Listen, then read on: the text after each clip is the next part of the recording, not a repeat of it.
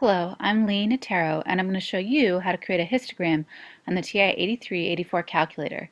We'll be taking a look at an example that's found in Chapter 1 of the Practice of Statistics. We'll be entering data for the percent of state residents born outside the United States. We'll start by going to Stat and Enter, and we'll enter our data in List 1.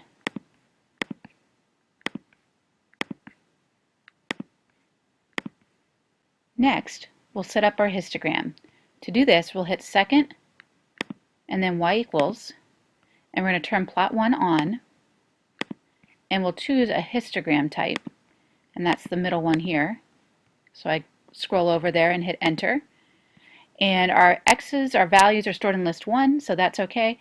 And the frequency is 1, meaning we entered each of the data values exactly once.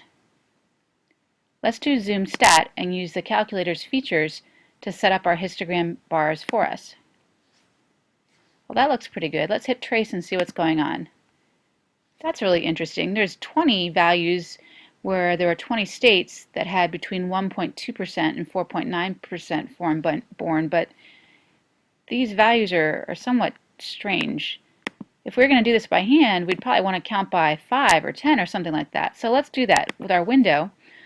We'll go to Window and we'll set the window up. I'm going to start by having X-min be -5. And I know that seems somewhat strange because we can't have a -5% residents foreign born. That doesn't make any sense. But this will allow the histogram to be up off of the bottom of the screen when we actually construct the graph. Our X max is 35. There was no states that had more than 35% foreign born residents. The X scale will count by 5s. Y min, -5.